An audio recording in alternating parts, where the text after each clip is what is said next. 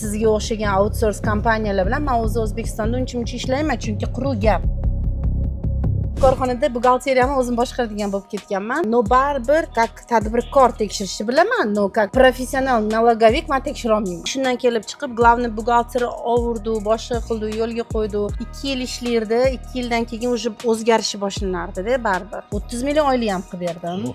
Unda ham muammo chiqdi-da. Men ishonmayman dedim, baribir ertaga налоговый tekshiradigan bo'lsa, bir narsasi chiqish ehtimoli bor dedim. Buxgalterskiy отдел bor, 5-6 ta, ya'ni materialniy buxgalter va hokazo va uni starshisi aytayapti, уже давай menga ketdi, katta oylik qilib bering, yo'q, bo'lmasam ishlamayman. Keyin bundoq qarasam, siz menga bitta buxgalter oyligini aytdingiz.